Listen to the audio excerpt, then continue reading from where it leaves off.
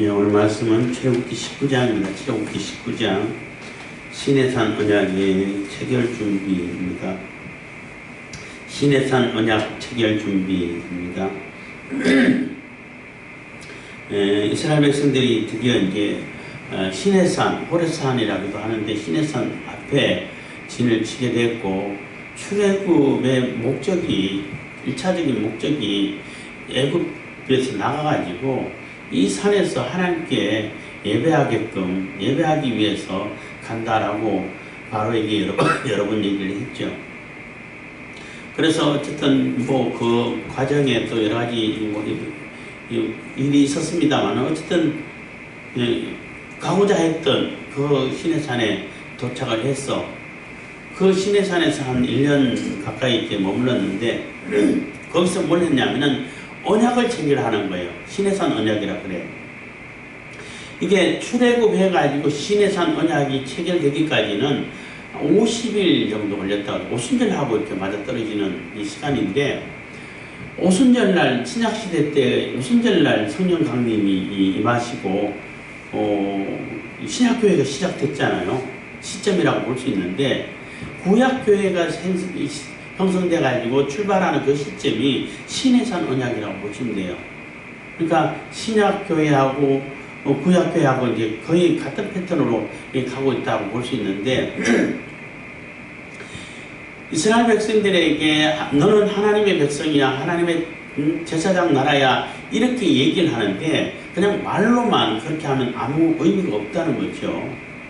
오늘부터 하나님 백성이야, 하나님 제사장 나라의 백성이야, 제사장, 왕같은 제사장이야. 그런데 그렇다고 하면 그렇게 되는 거예요? 그렇지 않다는 거예요. 왕같은 제사장이고 하나님의 제사장 나라이면은, 하나님의 백성이면은 하나님의 법을 따라 가지고 하나님의 그 규례를 따라서 하나님께 주신 법에 의해 가지고 하나님께 완전히 통제되고 하나님이 통치하시는 그 나라에 들어가야 그게 하나님 백성 되는 거예요. 이스라엘 백성들이 애굽에 있을 때는 종이잖아, 노예였잖아요. 아무런 권리도 없고 그냥 하라고 하면 한 대로 하고 전혀 비전 같은 것도 없고 하다가 드디어 애굽을 출애굽해가지고 시내산에 왔을 때에 물론 이스라엘 백성들이 생각할 때는 가기만 하면 그냥 나가면 다 되는 거야, 이렇게 생각했을 수도 있겠지요. 그래서 나갔는데 물도 없고 먹을 것도 없고 불평하고 했단 말이에요. 그럼 차라리 애굽이 나은 게 아니냐, 이렇게 하는데, 하나님의 백성된 나라, 하나님의 나라의 백성이 되고 제사장 나라가 되고 하나님의 자녀로서의 삶을 살 때에 거저되는 게 아니라는 거예요. 절대 거저되는 건 없어요. 공짜는 없어요. 그래서 하나님의 백성이 되기 위해서는 하나님 나라에서 그 언약을 체결해 가지고 네가 하나님 백성으로 살려면은 이 법을 지켜 하나님의 법대로 하나님의 통치에 순종을 하고 하나님을 왕으로, 하나님으로 모시고 하나님의 백성으로 온전히 살아야지. 하나님 백성이라고 그러면서 자꾸 애굽을 바라보면은 애굽으로 돌아가겠다 그러면 하나님 백성 아니라는 거예요. 결국 심판받게 됐죠. 근데 이제 19장에서는 언약을 체결하기 전에 어떻게 준비해야 되고 어떻게 대기하고 기다려야 되는지, 그러니까 율법을 받기 직전에 있다고 볼 수 있는 거죠. 그 모습을 그려주고 있는 것입니다. 19장 1절입니다. 이스라엘 자손이 애굽 땅에서 나올 때부터 제3월 곧 그때에 그들이 시내 광야에 이르니라. 그래서 이스라엘 자손이 애굽 땅에서 나올 때는 첫 달, 그러니까 쉽게 말하면 1월 15일에 출발했다고 보시면 돼요.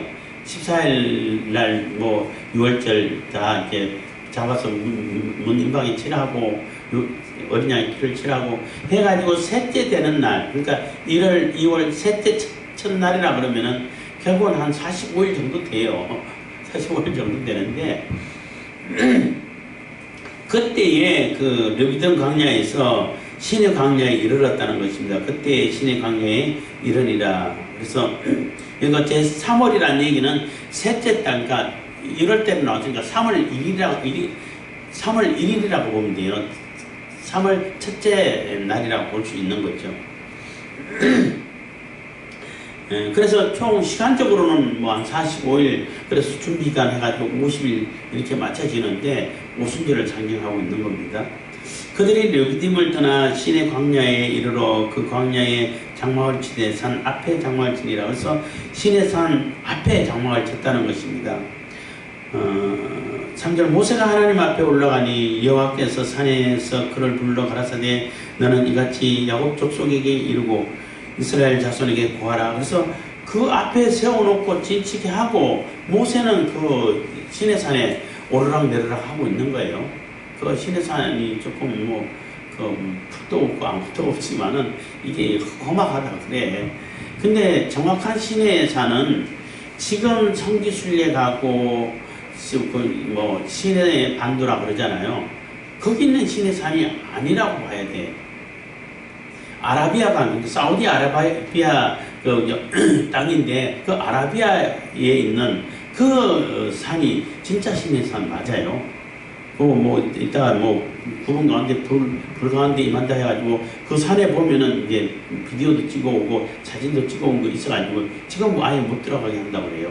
근데 들어갈 수 있을 때 어떤 분이 찍어와서 굉장히 귀한 자료가 됐는데 그 산에는 정말로 이스라엘 백성들이 단쌓았던 모습이 돌 이렇게 흔적들이라든지 그림 그렸다는 거라든지 뭐 애굽의 우상도 막 그려놓고 촛대도 그려놓고 근데 또 집들이 또 사우디 아라비아가 지워놨어.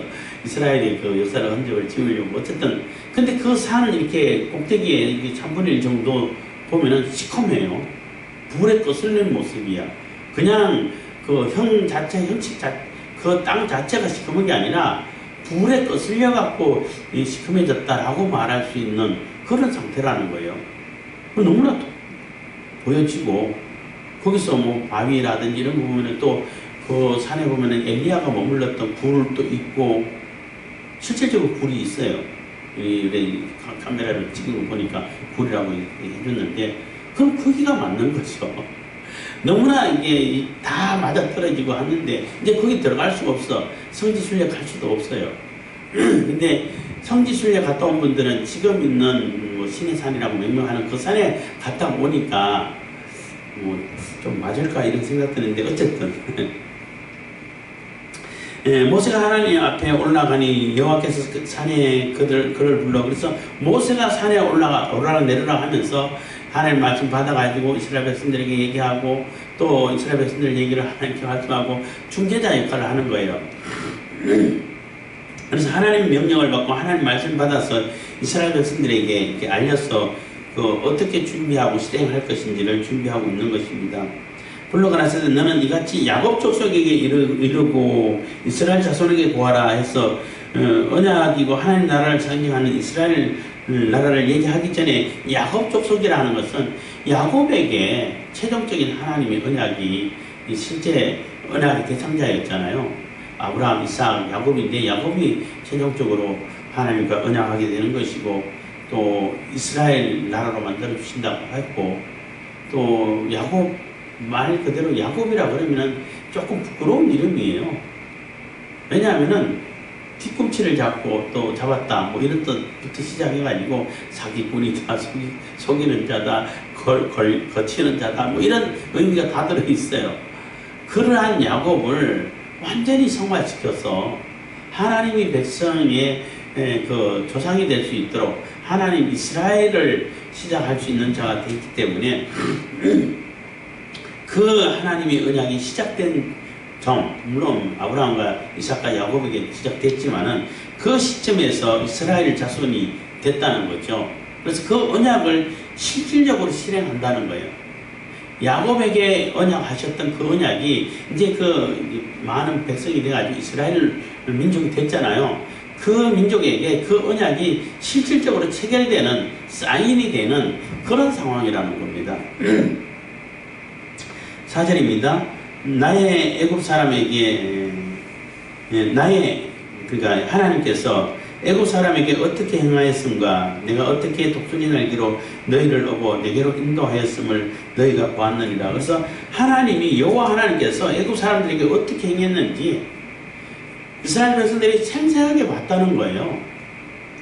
너무나 뚜렷이 봤다는 거죠. 내가 어떻게 독수리 날개로 너희를 업어 내게로 인도하였음을 너희는 보았느니라 하는 얘기는, 독수리 날개로 업어서 인도했다는 얘기는 절대적인 보호를 얘기하는 거예요. 새들 중에서는 독수리가 최고 왕이잖아. 독수리에게 덤빌 수 있는 새는 없어요. 그리고 날고 있잖아. 날고 있으면 업어 날린다 그러면은 거기에서 땅에 있는 짐승도 날아가는데, 업고 날아가는데 어떻게 해를 끼칠 수 있겠어요? 다른 새들도 덤빌 새가 없어.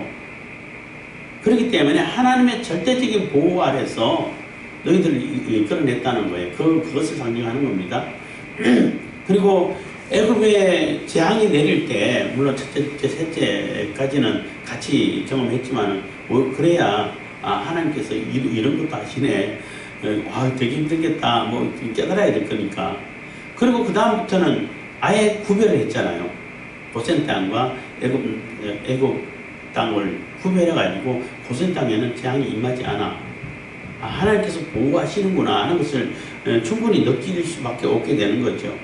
너무나 선명하게 느꼈다는 것입니다. 그리고 홍해 갈라서 넘어오는 것도 마찬가지고, 하나님의 절대적인 보호 아래서 너희들을 이끌어냈다는 거예요.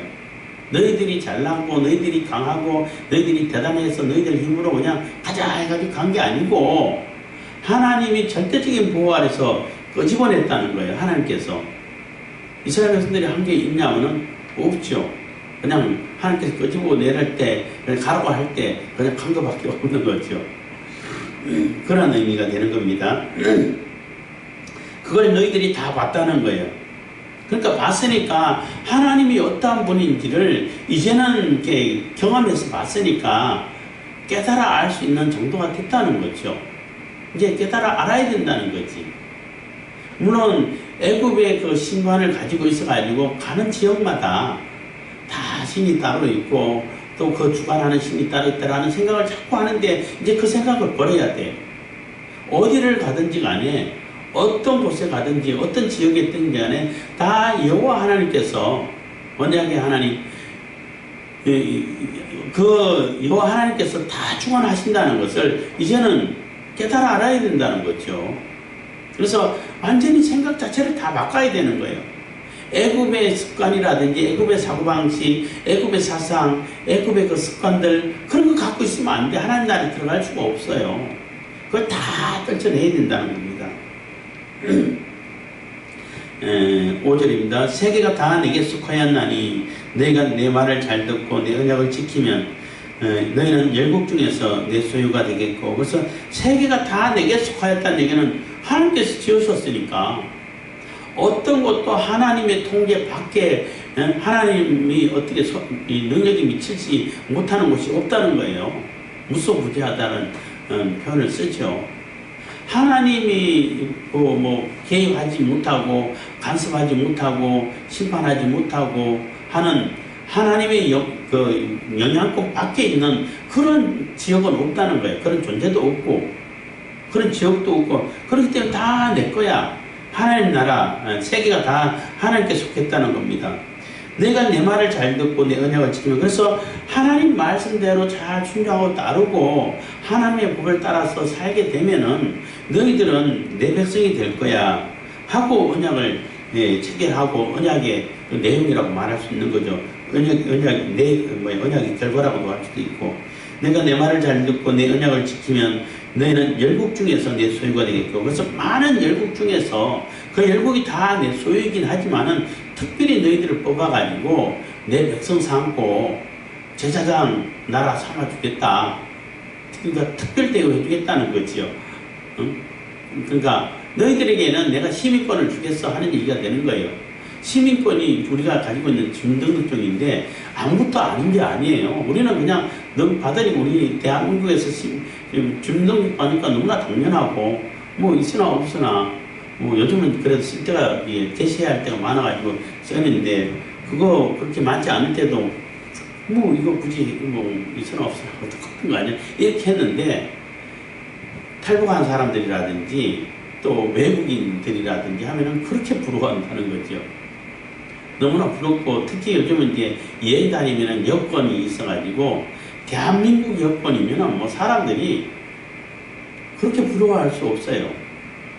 그 대한민국 여권을 가지고 못 가는 나라가 몇 나라가 안 돼. 다 갈 수 있어요. 제일 좋은, 제일 많이 갈 수 있는 나라가 어디라 그랬는지 제가 못했는데, 일본이 좀, 그래, 우리보다 더 많고, 대한민국 많고, 그다음 세 번째가 대한민국이에요. 미국 여권도 대한민국 여권만큼 많이 못 돌아다녀. 근데 미국 여권은 파워가 있죠. 힘이 있죠. 세니까. 어쨌든. 그래서 내 백성이 되게 영국적인 내 소유가 된다는 얘기는 그 하나님의 시민권을 준등록증을 주겠다는 거죠. 그러니까 구별되죠. 세상 열국하고 너희들하고 구별이 된다는 것입니다.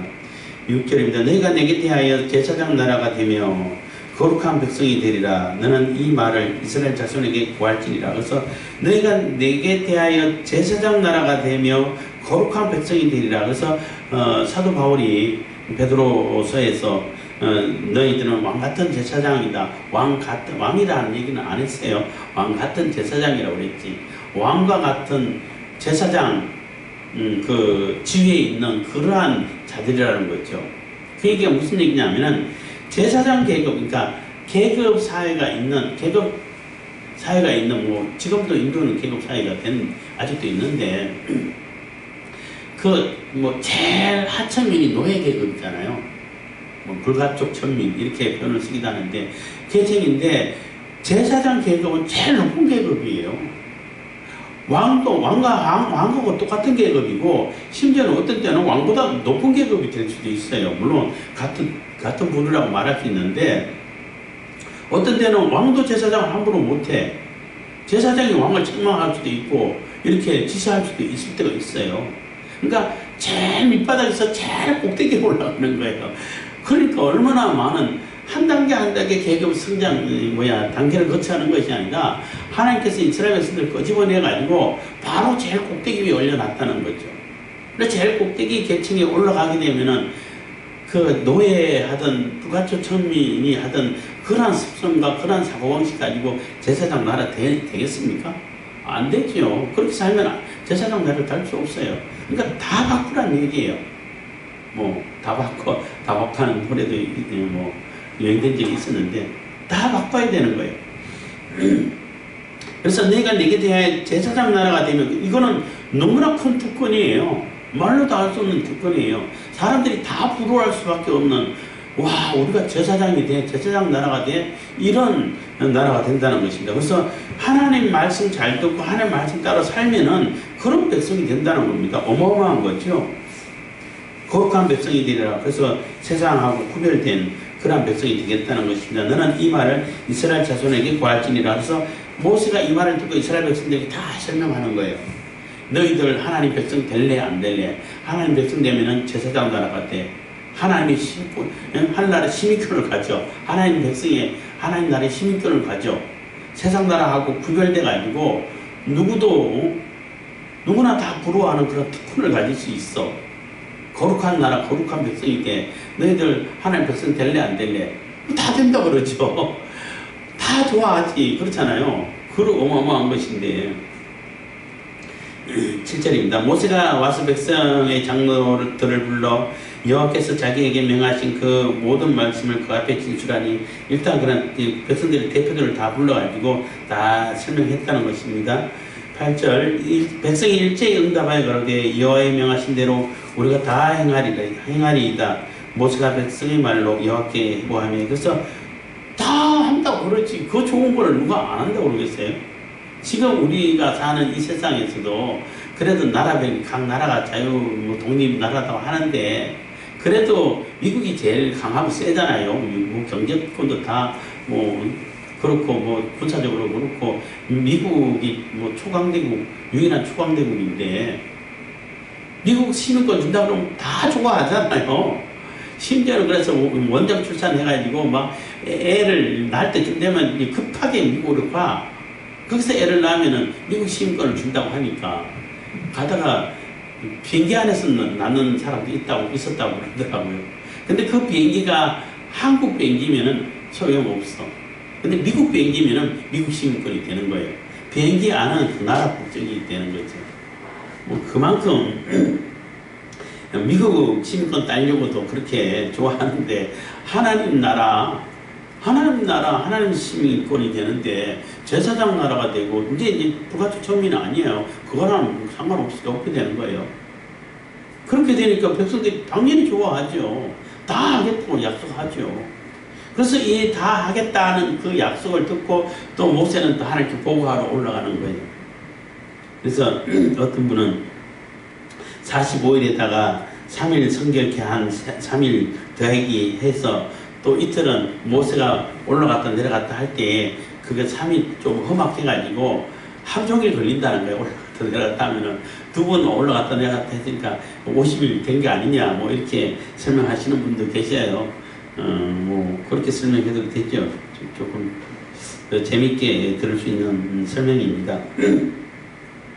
9절입니다. 여호와께서 모세에게 이르시되 내가 빽빽한 구름 가운데서 너희 내게 임함은 내가 너와 말하는 것을 백성으로 듣게 하며 또한 너를 영영히 믿게 하려 함이니라. 모세가 백성의 말로 여호와께 고하였으므로 그래서 여호와께서 모세에게 이르시되 내가 빽빽한 구름 가운데 그래서 하나님의 인재를 상징할 때는 빽빽한 구름 뭐 먹구름도 되고 빽빽하게 완전히 구름으로 둘러싸여서 그래서 하나님의 영광을 이렇게 직접 이렇게 대하게 되면 사람들이 다 죽는단 말이에요.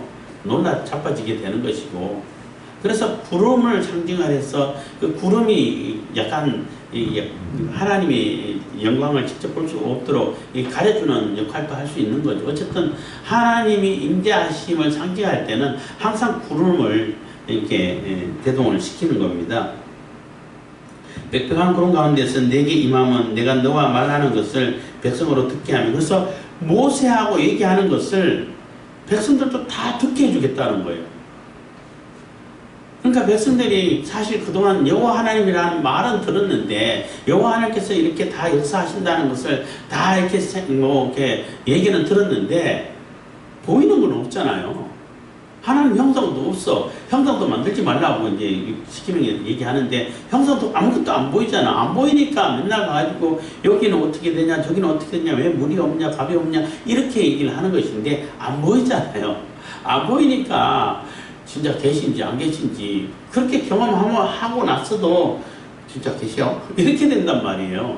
그러니까 너희들이 진짜 여호와 하나님이 계시고 여호와 하나님께서 지시하시고 이렇게 모세를 통해 가지고 너희들에게 법을 주시려고 율법을 주시려고 한다는 것을 생생하게 깨달아 알 수 있도록 그 구름 가운데서 소리를 들리게 해주겠다는 거예요. 뭐 자연 대형 스피커를 단 것처럼 들리게 해주시겠다는 거예요. 그게 그렇게 하는 이유가 너희들 백성 한 사람 한 사람들이 다 직접 듣고 아 하나님이 직접 말씀하시는구나 모세하고 대화하는구나 하고 이렇게 알 권리를 알려주시겠다는 거죠. 생중계 해주시겠다는 겁니다. 그래서 모세가 백성의 말로 여호와께 고함으로 10절 여호와께서 모세에게 이르시되 너는 백성에게로 가서 오늘과 내일 그들을 성결케 하며 그들로 옷을 빨고 그래서 이렇게 모세가 두 번 왔다 갔다 하고 그 다음부터 3일간 이렇게 옷을 빨고 성결케 하라는 얘기예요. 그래서 하나님의 백성이 되고 하나님 백성이 되기 위해서는 깨끗해야 된다는 거예요. 옷을 빨으라는 얘기는 상징적인 의미인 거죠. 깨끗한 옷을 입으라는 겁니다. 내 행실이 깨끗해야 되는 것이고 여기서 상징하는 것은 예수 그리스도의 피로 내 죄가 깨끗이 씻어진 그 옷을 입어야 된다는 거예요. 깨끗해진 옷, 깨끗이 성결된, 깨끗이 이렇게 그 세탁이 된 그러한 옷을 입어야 되고 그러한 신분을 가져야 된다는 거예요. 그래서 그동안 애굽에서 있었던 그러한 뭐 잡다한 일들 다 씻어내버리고 새로운 깨끗한 옷을 입고 하나님 백성으로 들어가는 거예요. 우리도 마찬가지예요. 우리가 죄된 몸을 가지고 예수 그리스도의 보혈로 깨끗이 씻어져야 거듭나고 칭의가 되고 의인으로 칭하게 되고 하나님이 백성이 되고 이렇게 되잖아요. 죄가 씻어지지 않으면은 그 죄의 결과는 사망이에요. 심판인 거예요. 씻어줘야 되는 겁니다. 그래서 옷을 빨고 11절 예비하여 제3일을 기다리게 하라.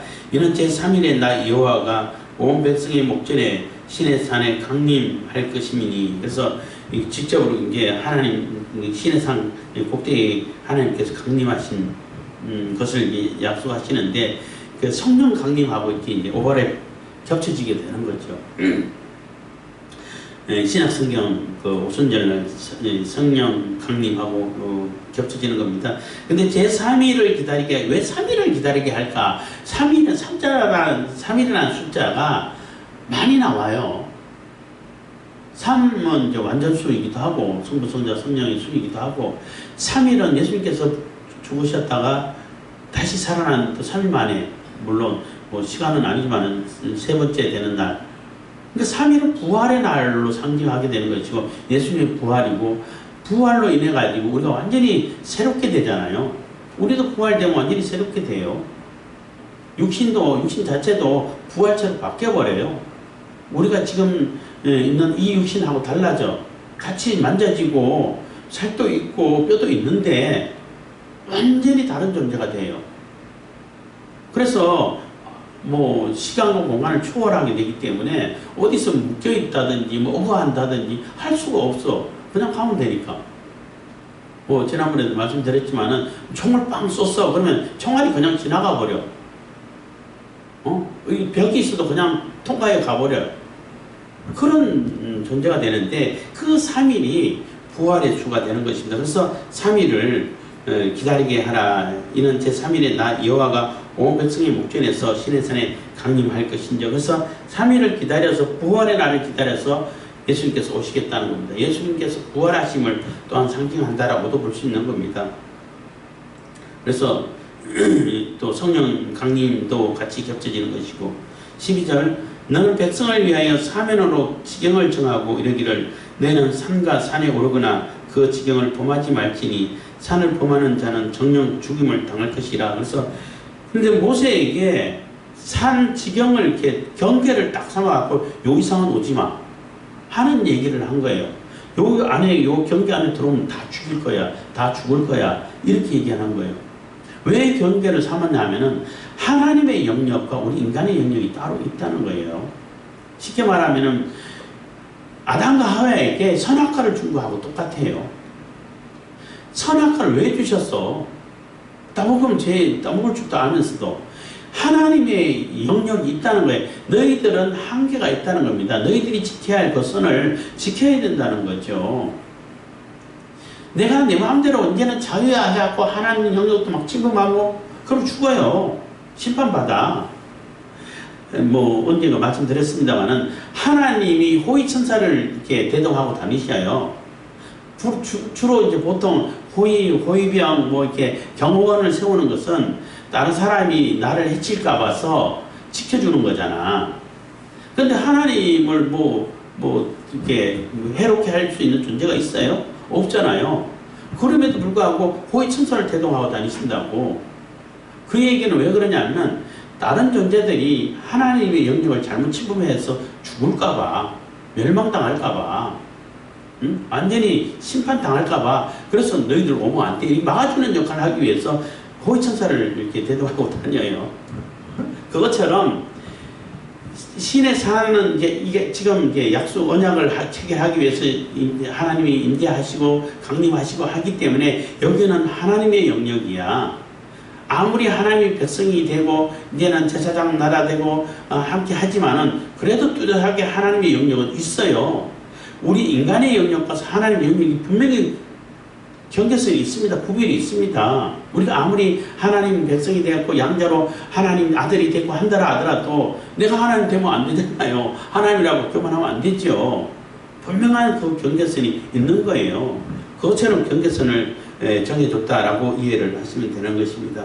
그래서 산을 범하는 자는 정령 죽임을 당할 것이라 해서 반드시라는 얘기인 겁니다.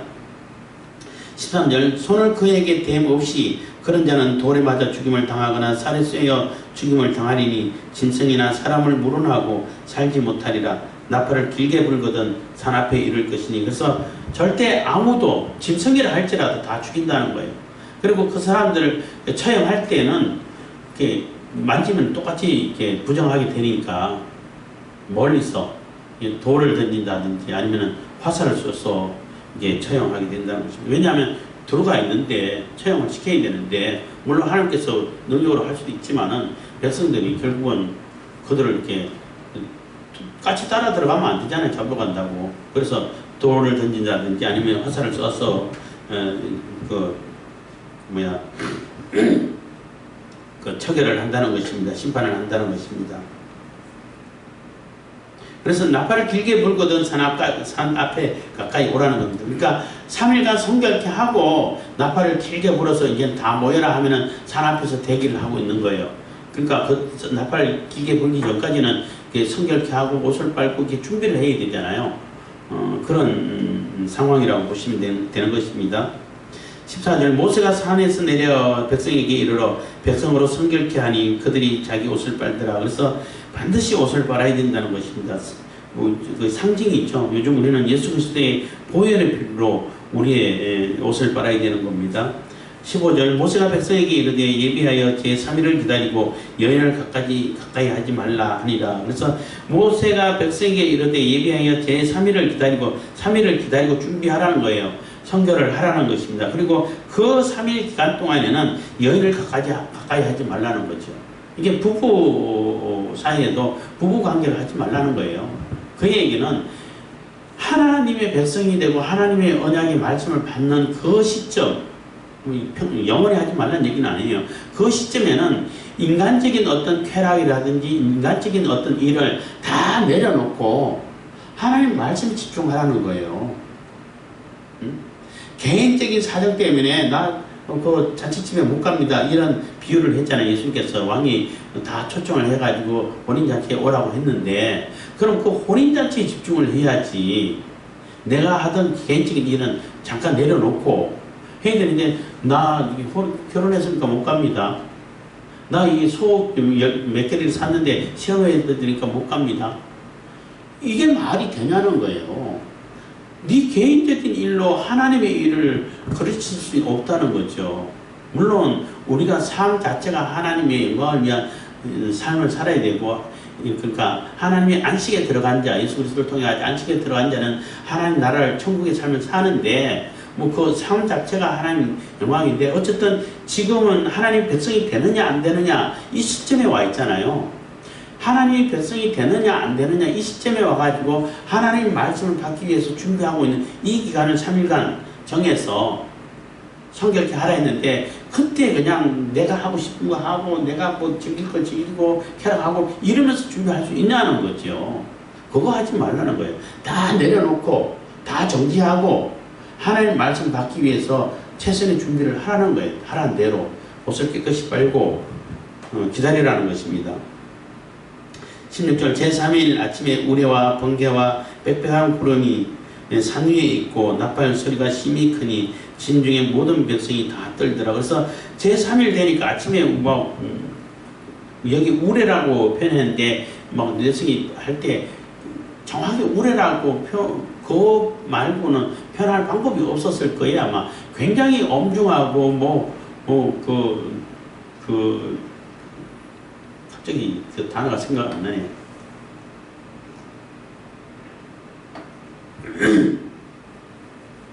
그 무게감이 있는 소리를 보고 뭐라 그러는지 늘 생각하던 쓰던 단어인데 이 생각이 안 나서 굉장히 위험이 큰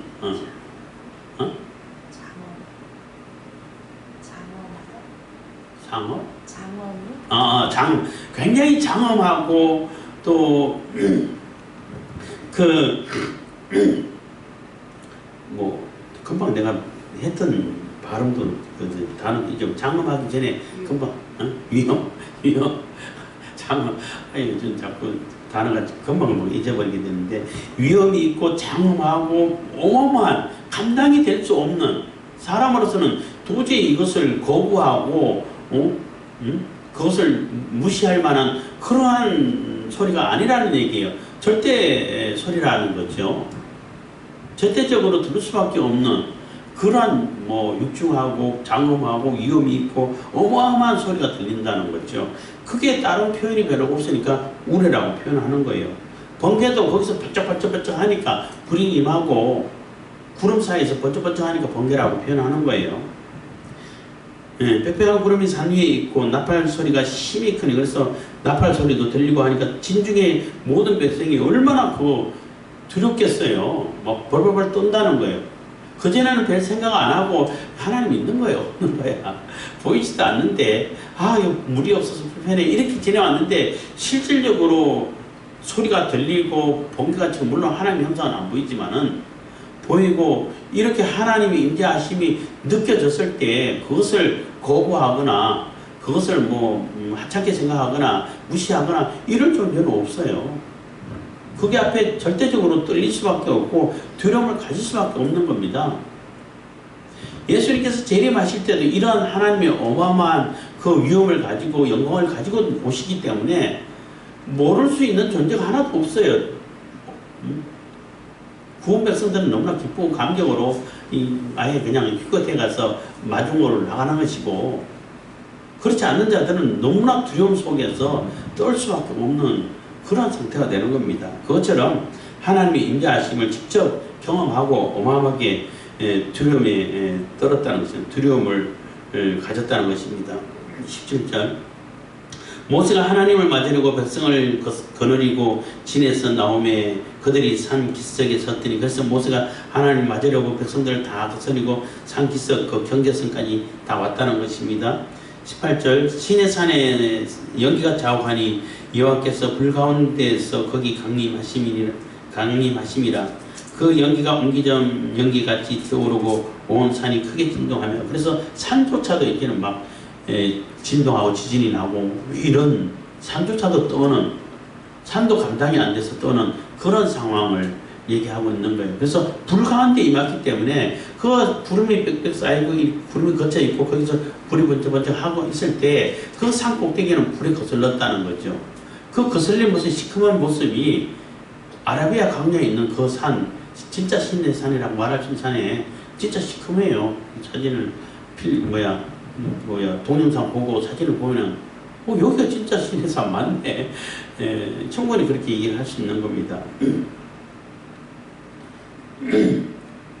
19절, 나팔 소리가 점점 커질 때에 모세가 말한즉 하나님이 음성으로 대답하시더라고요. 그래서 하나님하고 모세가 이렇게 대답하는 것도 큰 음성으로 들려서 이스라엘 백성들이 다 들을 수 있게 됐다는 겁니다.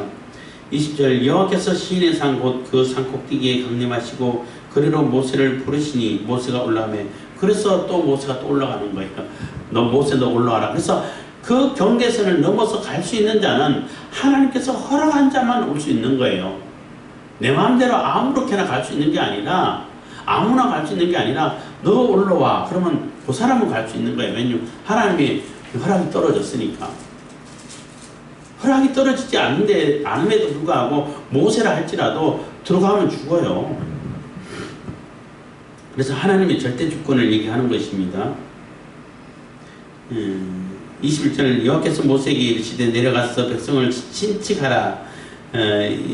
백성이 돌파하고 나 여호와께로 와서 보려고 하다가 많이 죽을까 하노라. 그래서 여호와께서 모세에게 가서 이런 얘기 다 하고 또 이렇게 경계를 삼아서 조심시키라는 거예요. 신칙하라는 말이 요즘 잘 안 쓰는 말인데, 이게 자꾸 이렇게 거듭거듭 반복 교훈을 해가지고 계속 얘기를 해가지고 사람들이 조심할 수 있도록, 경계하고 근신할 수 있도록 이렇게 조심해가지고 범하지 않도록, 너 이거 보면 큰일 나, 하지마, 이 단순한 얘기하고 끝낸 게 아니라 계속 반복적으로 얘기해가지고 하나님의 경계선을 허물면 안 되는구나 하는 것을 알게 하라는 것입니다. 그렇지 않으면 백성이 백성이 거기 돌아오면은 하나님께서 그러니까 나 여호와께로 와서 보려고 하다가, 그래서 하나님의 임재하신 그 육중하고 엄중하고 위엄이 있고 그 큰 영광이 있는 가운데 사람들이 와 하는데 자기도 모르게 저 너무 궁금해하고 갔다가 쑥 들어갈 수 있단 말이에요. 그렇게 들어오면 안 된다는 거예요. 지켜야 할 선은 지켜야 된다는 겁니다. 그래서 자기도 모르게 들어갔다 할지라도 하나님께서 그들을 처벌한다는 거예요. 심판하신다는 겁니다. 하나님께서 오라고 한 자들만 와야 되는 거죠. 23절 모세가 여호와께 고하되 주께서 우리에게 명하여 이르시기를 산 사면에 지경을 세워 산을 거룩하게 하라 하셨사온즉 백성이 시인의 산에 오르지 못하리이다. 그래서 하나님께서 딱 경계를 정해 주셨기 때문에 그때 백성들은 산에 오르지 못할 것이고 그 말씀대로 그 경계선을 지키겠다는 것입니다. 24절 여호와께서 그에게 이르시되 가라 너는 내려가서 아론과 함께 올라오고 제사장들과 백성들에게는 돌파하고 나 여호와께로 올라오지 못하게 하라. 내가 그들을 돌격할까 하노라. 그래서 너는 다시 내려가가지고 이번에는 아론도 같이 올라와. 아론은 갈 수 있는 거예요. 하나님께서 허락을 하셨으니까. 그렇지만 장로들이라 할지라도 제사장, 여기서 제사장은 아직 레위인이 제사장으로 정해지지 않았기 때문에 그때 제사장은 한 가정의 가장이라고 보시면 돼요. 가장이 제사장 역할을 했으니까 장로들이 또 제사장 역할을 하고, 그래서 제사장들과 백성들에게는 돌파하고 나 여호와께로 올라오지 못하게 하라. 제사장이고 장로들이라 할지라도 하나님이 허락이 떨어지지 않는 자는 들어가면 안 돼요. 죽인다는 겁니다. 다 죽는다는 겁니다. 모세가 백성이 25절 모세가 백성에게 내려가서 그들에게 구하니라. 그래서 모세는 하나님 말씀을 그대로 전하는 거죠. 모세의 생각을 전하는 게 아니에요. 모세는 하나님께서 하라고 한 대로 그대로 가서 백성에게 전하고, 백성이 뭐 이렇게 또 뭐 다짐하고 또 성결케 하고 준비되고 그 상황을 또 하나님께 보고하고, 또 하나님 또 이렇게 하라 그러면 하고, 아는 대로로 하면 아는 대로 오고, 이렇게 되는 것이죠. 모세가 그거는 아닌데 아론도 있지만 다른 사람도 있는데 같이 가면 안 될까, 이런 생각 안 집어넣어요. 자기 개인적인 생각, 인간적인 생각, 그런 거 집어넣으면 안 되지. 하나님께서 하라고 한 대로, 하나님께서 명하신 대로 할 수밖에 없는 것이고, 그렇게 모세는 그대로 또 하나님께서 명하신 대로 다 수행을 했다는 것입니다. 그래서 우리가 하나님의 백성이 되고 하나님 말씀을 받고 하나님 나라에 들어가기 위해서는 그냥 되는 것이 아니고, 됐다라고 생각한다고 해서 되는 것이 아니고, 난 됐어라고 말한다고 되는 것이 아니라 성결케 돼야 돼요. 하나님께 정해주신 경계선을 정확히 지켜야 돼요. 하나님의 법을 따라 살아야 돼요. 우리 입장에서는 예수 그리스도의 피로 죄 씻음을 받아야 돼. 그래서 거듭나야 돼. 거듭난다는 얘기는 완전히 새롭게 태어나는 거잖아요. 태어나서 그래야 칭의를 받고 거룩한 백성이라고 소리를 듣고 성화돼갖고 하나님 백성으로 살 수 있는 것이지, 옛 생활을 그대로 하면서 애굽의 습관을 가지고 애굽의 사고방식을 가지고 애굽의 사상을 그대로 가지고 나 하나님 백성 될 거야 하면 못 된다는 거예요. 다 씻어내야 된다는 거예요. 그래서 3일간 씻고 제 부활의 날에 하나님 나라로 들어가게 되는 것입니다. 기도하겠습니다. 사랑해 주신 감사합니다. 이 시간에도 은혜와 복 주시고